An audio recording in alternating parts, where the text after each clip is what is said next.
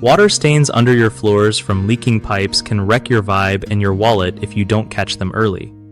So first thing you want to do is keep an eye out for any weird discoloration or soft spots on your flooring. If you notice a musty smell or the floor feels squishy when you step on it, that's a major red flag.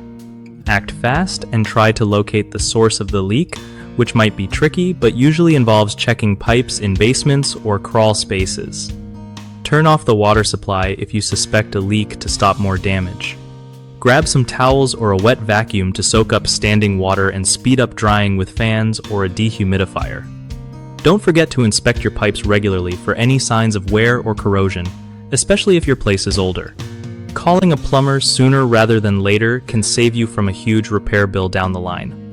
And if you're dealing with stained or damaged floors, sometimes you have to replace the affected area to avoid mold growth and keep your home safe. One of the biggest mistakes people make with water stains from leaking pipes under floors is ignoring the problem until it gets worse, which only leads to mold and structural damage that costs way more to fix. Another common issue is not shutting off the water supply fast enough, so the leak keeps flooding your floors. Lastly, trying to fix leaks without professional help can cause more harm than good if you don't know what you're doing. So getting a licensed plumber involved is definitely worth it. Fix these by staying vigilant for early signs, turning off water at the first hint of trouble, and calling experts who can handle repairs properly.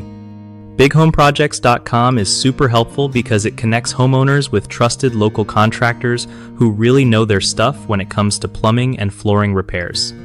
Plus, if you're a contractor yourself, it's a solid way to get new clients and grow your business without all the hassle.